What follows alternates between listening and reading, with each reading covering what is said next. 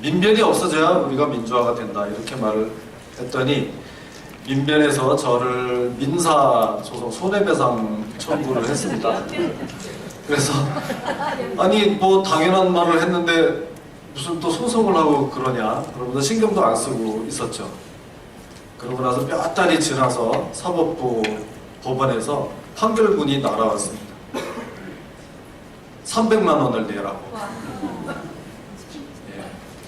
바로 이렇기 때문에 우리가 이 자리에 이렇게 모인 것 아닌가 이런 생각을 합니다.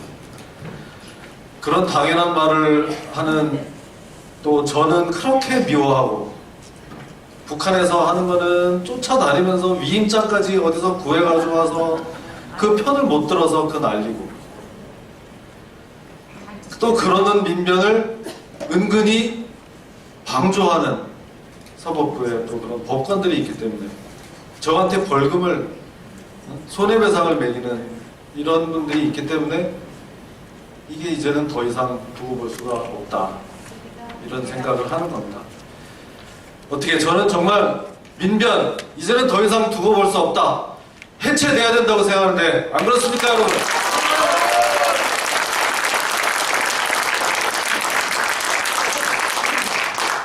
여러분들 뭐 다 아시는 내용이지만 몇 년 전에 어떤 그 귀순 여간첩이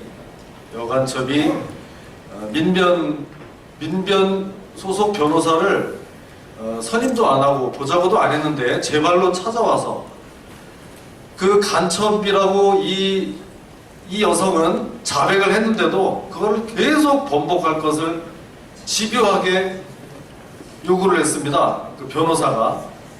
그래서 이 간첩이 이 변호사 좀 제발 나 좀 찾아오지 말게 하세요 하고 진정서를 냈습니다. 이런 정말 웃지 못할 이 실제로 있었던 일입니다.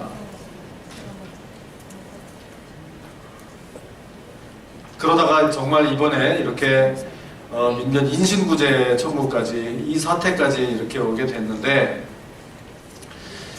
그럼 그 전부터도 민변이 뭐 계속 그런 짓을 해왔는데 이번에 이 최근의 사태와 달라진 거는 뭐냐? 저는 좀 우리가 이 점을 눈여겨봐야 될 것 같은데요. 이제는 아주 눈치 보지 않고 대놓고 한다는 겁니다. 예. 아무 눈치도 보지 않고 아무 견제장치도 없으니까 아주 대놓고 공개적으로 북한 편을 든다 이럽니다.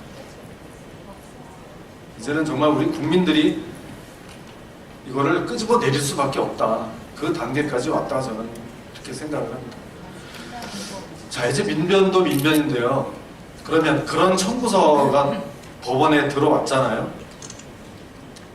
그래서 이제 판사 앞에까지 그 사건이 이제 왔지 않습니까? 그러면 그 판사는 이걸 어떻게 해야 되겠습니까? 네? 야 이게 뭐야? 이게 북한에서 이 위임장을 어떻게 여기를 왔다 갔다 할 수가 있어? 이게 어떻게 탈북했다는 사람들을 이 공개법정에 이렇게 세웠을 때 이게 문제가 얼마나 커질까? 이런 생각을 해야 되는 게 당연한 거 아니겠습니까, 여러분? 맞습니다. 네.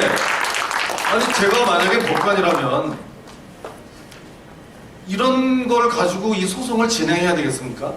이걸 어떻게 이걸 각하할 건가 연구를 해야 되지 않을까요?